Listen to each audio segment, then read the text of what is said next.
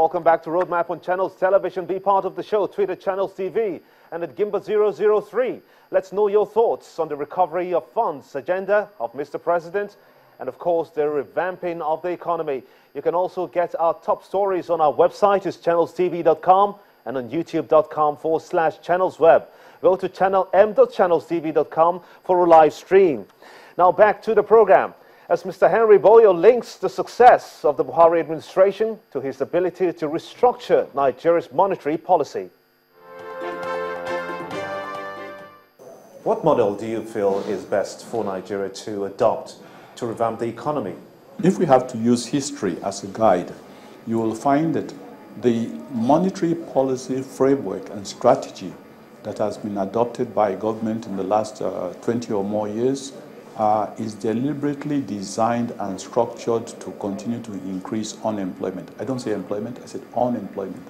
It is directly structured to continue to instigate rising unemployment. It's also directly structured to ensure that the consumer demand would never be sufficient to drive further investments in the real sector. It's also been obviously strategically designed to make sure that the real sector would never grow, because those indices that normally, the monetary indices that should normally drive growth, either in the area of unemployment, either in the area of productivity, either in the area of industrial capacity utilization, all those indices are in wrong gear. It seems that the monetary policy strategy has been deliberately put in reverse gear, so that more and more of our people will become unemployed and the rate of unemployment will continue to grow. It's also clear that those kind of strategies would kill industry. There's no way anybody can truly convince you that it is realistic to expect economic growth when industries have to access funds at maybe 20, 21, 23, 24, 25%. Best practice rates in those countries that have developed successfully, those countries that we can use as, how would I say it, icons of development or growth, they would be talking in terms of cost of funds of 2, 3, 4, 5% to the real sector. I mean, if one should pull out an example of the, how would I say, the lack of commitment of the central bank, who is the constitutional manager of monetary policy in this regard of funds. Lately, the CBN gave out some funds, I think was to certain sectors of the economy, and these funds were supposed to be bailout funds. Okay, they indicated, or to the SMEs, okay, funds to the SMEs to help them. They indicated that these funds would be given to the banks who would disperse the funds from the central bank at 2%. But the central bank willingly accepted that the banks should lend to the real sector at 9%. In other words, if the central bank is sincere about growth or about driving growth, they would really, 2% rate of interest payable to central bank is acceptable, but 7% to the commercial bank that's dispersing the funds, I think is rather unfortunate. Now, what would you say is the first step to take in stimulating growth in the manufacturing sector which you belong to? You need low rate of inflation, okay? And low rate of inflation means anything below 2%, because that's best practice elsewhere, okay?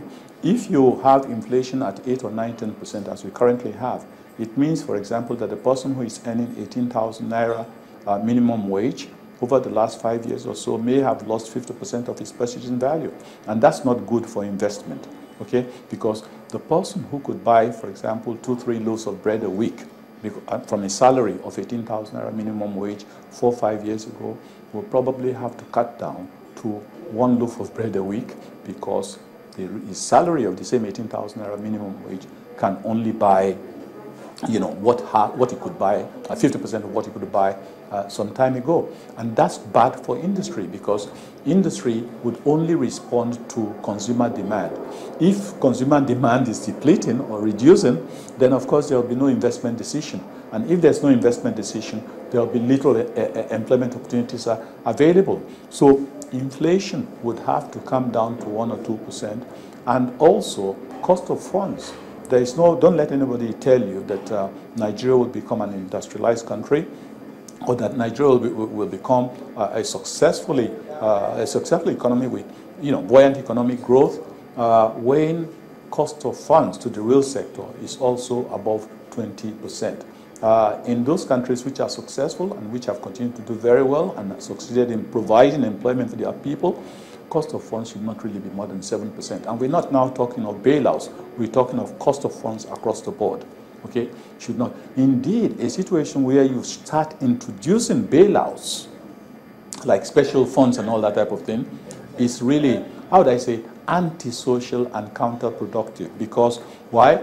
You already say that the problem in the country, and by you I mean the central bank, the monetary policy motivators or creators in the country, they've already said that the problem is that of too much money in the system. In other words, you have too much, and indeed there is too much money, because over 60% of the funds in of the credit capacity in the system is totally unutilized. Okay. Meanwhile, you are saying that you are giving special funds. If you're giving special funds in an environment where there's excess liquidity or surplus cash, you are actually exacerbating the scourge of excess liquidity, and the result or the product of such excess liquidity will be reflected in inflation rates of about 8, 9, 10% or even more, and cost of funds beyond 20%, especially since surplus funds means the central bank needs to reduce the liquidity in the system.